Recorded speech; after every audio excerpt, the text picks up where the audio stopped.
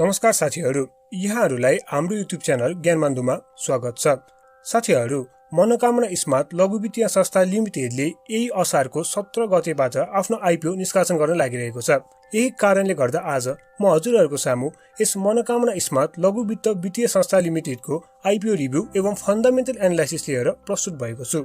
यानी यस कम्पनीले कति आइपिओ निष्कासन गर्न लागिरहेको छ, आइपिओबाट उठेको पैसालाई यस कम्पनीले कहाँ इन्भेस्ट गर्ने प्लान गरिरहेको छ, यस कम्पनीको बिजनेस मोडल के हो, यस कम्पनीको पास्ट यानी विगतको फाइनेन्शियल पर्फर्मेन्स कस्तो थियो र अब फ्युचरमा फाइनेन्शियल पर्फर्मेन्स कस्तो हुनेछ त, यस कम्पनीको रिसेन्टली यानी हालसालै आएको 2077-78 को Q3 को रिपोर्ट कस्तो आएको छ त, यस कम्पनीको म्यानेजमेन्ट कस्तो छ, यस कम्पनीको सेकेन्डरी मार्केटमा मूल्य कतिसम्म जान सक्छ र यसको लागि हामीले यस कम्पनीको फन्डामेन्टललाई यही सेक्टरको यानी माइक्रो फाइनान्स सेक्टरकै अर्को कम्पनी यानी महिला लघु वित्तीय कम्पनीसँग तुलना गरेर यसको फन्डामेन्टल त्यसको तुलनामा कस्तो छ भनेर भनेका छौँ।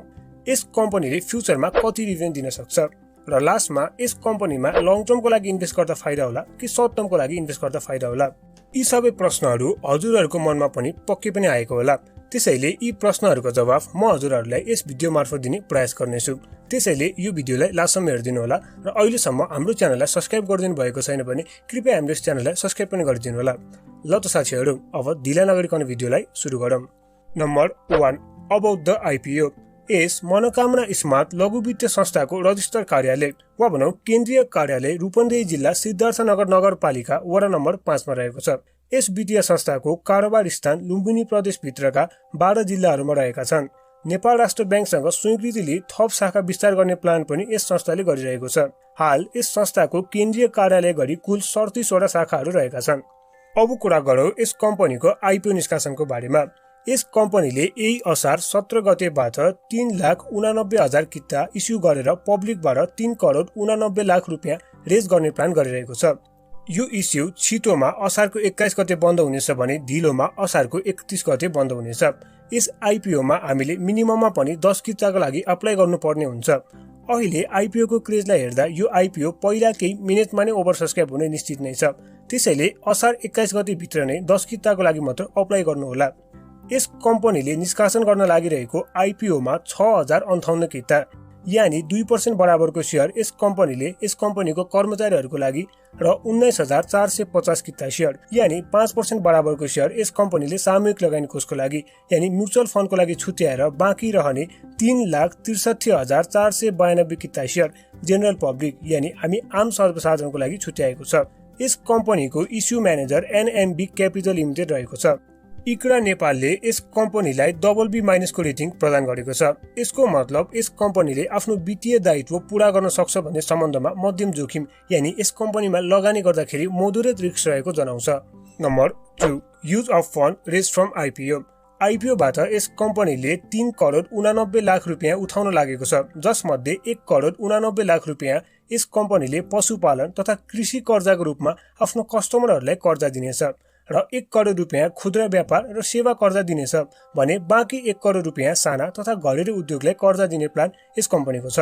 Number 3, business model. Manokamana smart micro finance sector अन्तर्गत पर्दछ। माइक्रो फाइनान्स कम्पनीहरूको मेन बिजनेस मोडल भनेको अरू वित्तीय संस्थाहरूबाट ऋण लिने प्लस केही पैसा आफ्नो कस्टमरबाट डिपोजिटको रूपमा कलेक्ट गर्ने र त्यो फन्डलाई सानो सानो फन्डमा टुक्रा गरेर सानो उद्योगीहरूलाई कर्जा दिनु हो।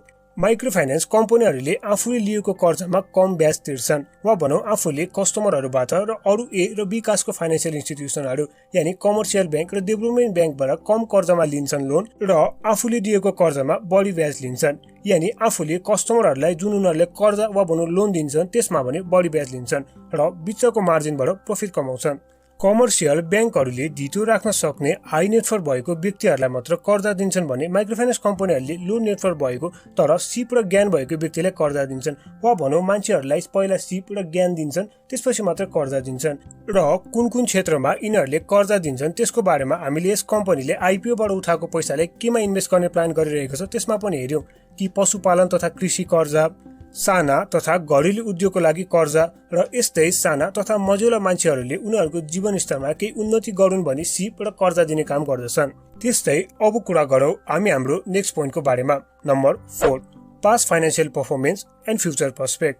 Pair of capital paid of क्यापिटलको कुरा गर्ने हो भने 2076-77 मा यस कम्पनीको पेड अफ क्यापिटल करिब 7 करोडको हाराहारीमा थियो भने आइपिओ इस्यु गरे पश्चात यस कम्पनीको पेड अफ क्यापिटल करिब 12 करोडको पुग्नेछ भने आगामी आउने 3 वर्षसम्म यस कम्पनीले आफ्नो पेड अफ क्यापिटललाई नबढाउने प्रक्षेपण गरेको छ। रिजर्भ एन्ड सरप्लसको कुरा गर्ने हो भने यस कम्पनीले आफ्नो रिजर्भ एन्ड सरप्लसलाई हरेक वर्ष बढाएको छ।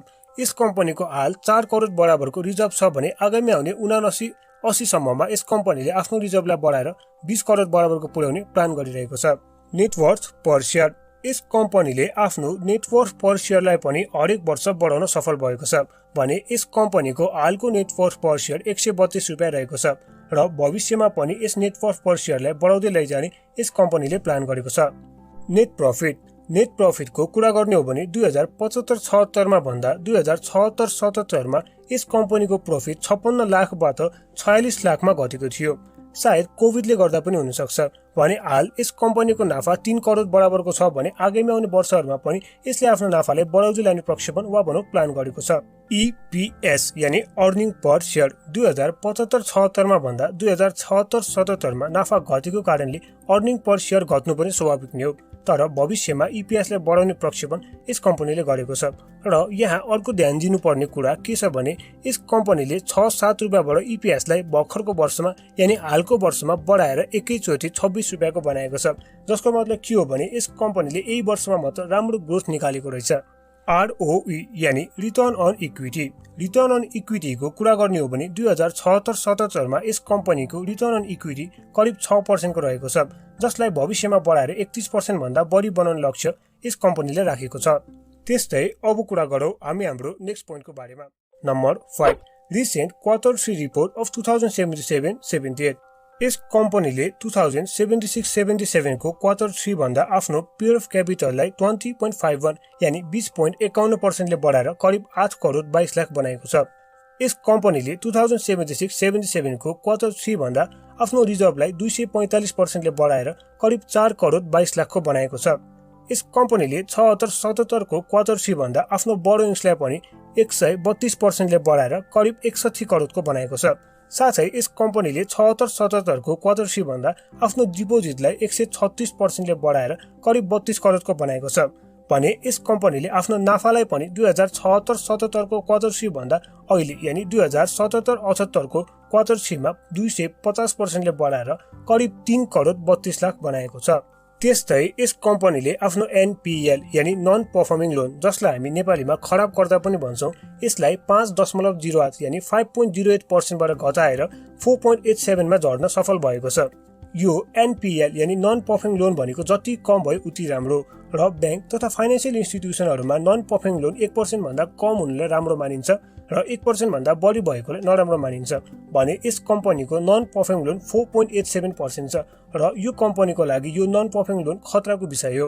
त्यसैले यस कम्पनीले भारी रकम आफ्नो प्रोभिजनिङमा छुट्याउनु पर्छ जसको मतलब के हो भने यस कम्पनीले आफ्नो प्रॉफिट यानी नाफाको ठूलो हिस्सालाई प्रोभिजनिङ र रिजर्भमा छुट्याउनु पर्दछ र माइक्रो फाइनान्स सेक्टरमै नन परफर्मिङ लोन धेरै भएको अर्को एउटा कम्पनी वा भनौं उत्कृष्ट कम्पनी हो निर्धन उत्थान बैंक लिमिटेड। त्यो कम्पनीको डिस्ट्रिब्युटेबल वा भनौं अर्निङ पर शेयर बढी भए पनि नन परफर्मिङ लोन 4% भन्दा बढी भएको कारणले गर्दाखेरि यो वर्ष त्यस कम्पनीले लगभग 15% मात्र बोनस दिन सक्यो र बाँकी पैसा त्यस कम्पनीले प्रोभिजनिङ र रिजर्भमा छुट्याउनु परेको थियो। त्यसैले अब समग्रमा भन्नु पर्दाखेरि यस कम्पनीको ग्रोथ जुन छ त्यो एकदमै राम्रो छ यानी जुन हिसाबले यस कम्पनीले आफ्नो प्रॉफिट रिजर्भ लगायतका अरु प्यारामिटरहरुलाई बढाएको छ त्यो एकदमै राम्रो कुरा हो।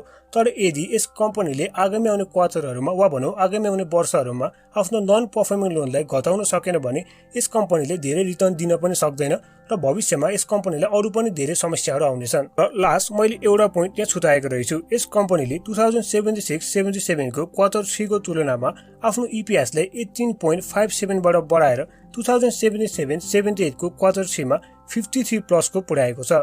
नम्बर 6 म्यानेजमेन्ट एनालाइसिस यस कम्पनीको चेयरम्यान मिस्टर अजय गोयङ्का हुनुहुन्छ। उहाँसँग यस कम्पनीको 97500 किता शेयर स्वामित्व रहेको छ।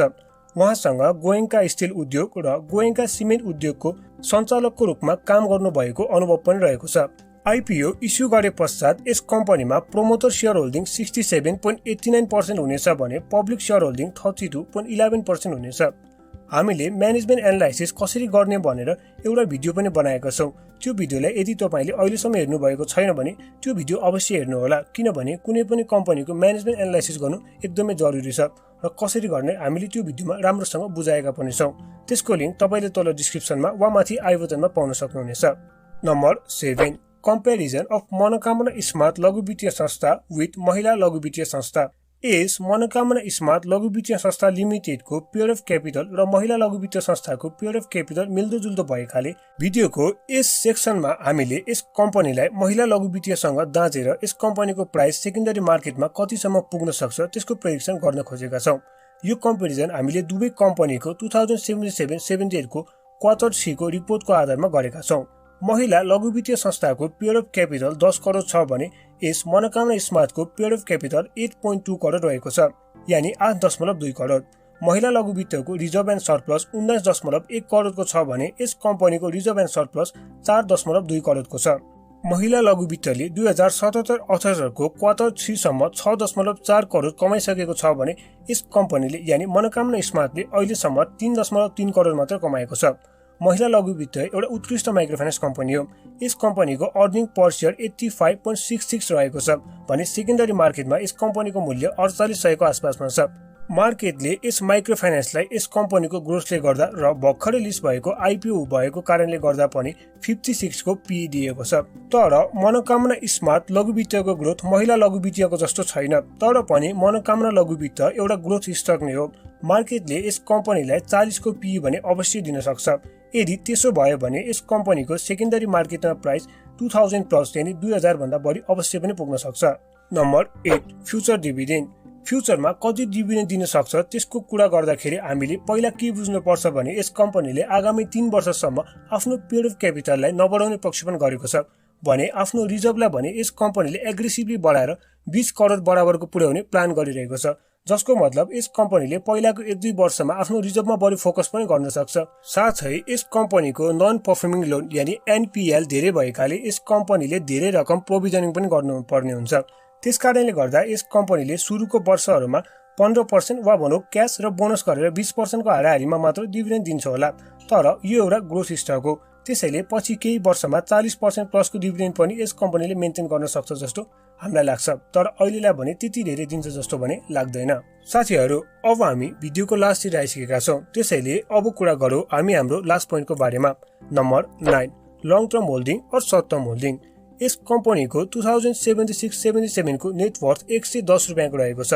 त्यसैले यस कम्पनीले ओपनिङ रेन्ज 110 देखि 330 को पाउनेछ र केही समयमा नै यस कम्पनीको प्राइस 2000 प्लस पनि पुग्न सक्छ।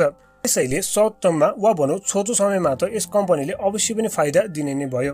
तर यो कम्पनी एउटा ग्रोथ स्टक हो जसको ग्रोथ हामीले यस कम्पनीको 2077-78 को क्वार्टर 3 रिपोर्टबाट पनि अवश्य पनि देख्न सक्छौँ। त्यसैले लङ टर्ममा पनि यस कम्पनीलाई होल्ड गर्दाखेरि यस कम्पनीको सेयर होल्डरहरूलाई राम्रै रिटर्न आउला जस्तो मलाई लाग्छ। ल त साथीहरू, आजको भिडियोलाई यति नै। तपाईलाई यो भिडियो कस्तो लाग्यो? यदि तपाईलाई हामीले गरेको यो सानो कोसिस मन पर्यो भने भिडियोलाई लाइक गरिदिनु होला, च्यानललाई सब्स्क्राइब गरिदिनु होला र साइडमा रहेको बेल आइकनलाई पनि क्लिक गरिदिनु होला। र लास्टमा हाम्रो भिडियो हेरिदिनु भएकोमा धन्यवाद।